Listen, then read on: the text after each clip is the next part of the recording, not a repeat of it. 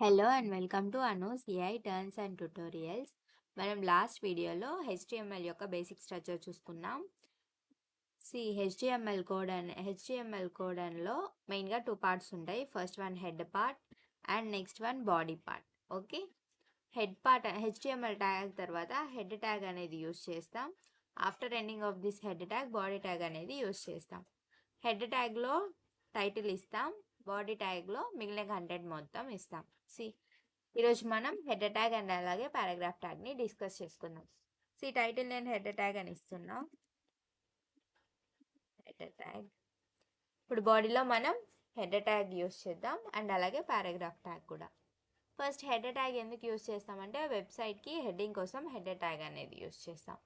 ఈ head tag అనేది 6 ఉంటాయి, H1 to H6. ఈ H1 to H6 ఏందని మనం ఇక్కడ చూద్దాం.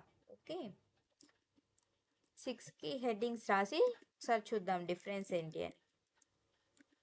వెల్కమ్ టు H1,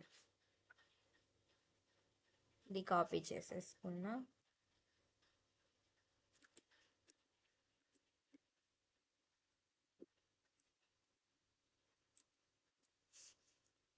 ఇది H6కి చేంజ్ చేసుకుందాం.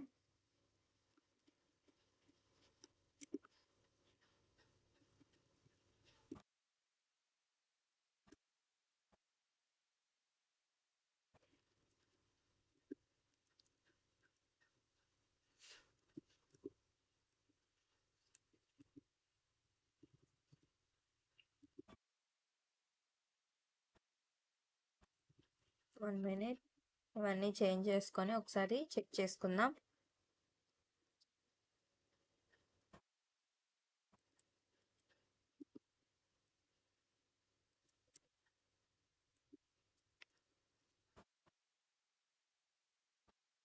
ఓకే, ఇప్పుడు రన్ చేద్దాం, మీకు డిఫరెన్స్ అనేది అర్థమవుతుంది. Okay, right. H1 ట్యాగ్ అనేది first heading. Okay, H1 tag అనేది ఫస్ట్ హెడ్డింగ్, H2 ట్యాగ్ అనేది సబ్ హెడ్డింగ్ లాగా. ఓకే, సైజ్ చూడండి, సైజ్లో కూడా డిఫరెన్స్ ఉంది. H3 అంటే థర్డ్ హెడ్డింగ్, అంటే సబ్ హెడ్డింగ్ కంటే సబ్ హెడ్డింగ్. H4 అంటే ఫోర్త్ హెడ్డింగ్, H5 అంటే ఫిఫ్త్ హెడ్డింగ్, H6 అంటే సిక్స్త్ హెడ్డింగ్. ఓకే, సో ఇలా మనం ట్యాగ్స్ని చూసుకుంటాం, హెడ్ ట్యాగ్ని యూస్ చేస్తాం.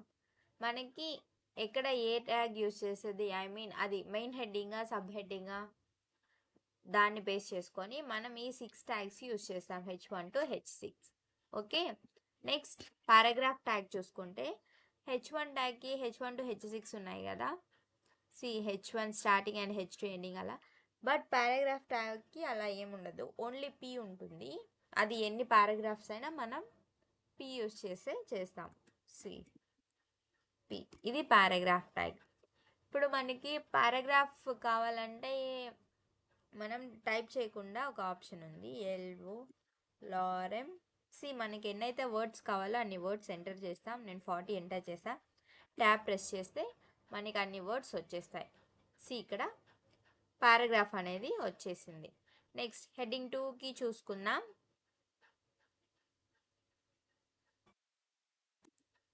హెడ్డింగ్ 2కి పారాగ్రాఫ్ ఎంటర్ చేద్దాం. LOREM, ఈసారి నేను 100 ఇస్తా. ట్యాబ్ ప్రెస్ చేస్తే 100 వర్డ్స్ అనేది వచ్చేసాయి.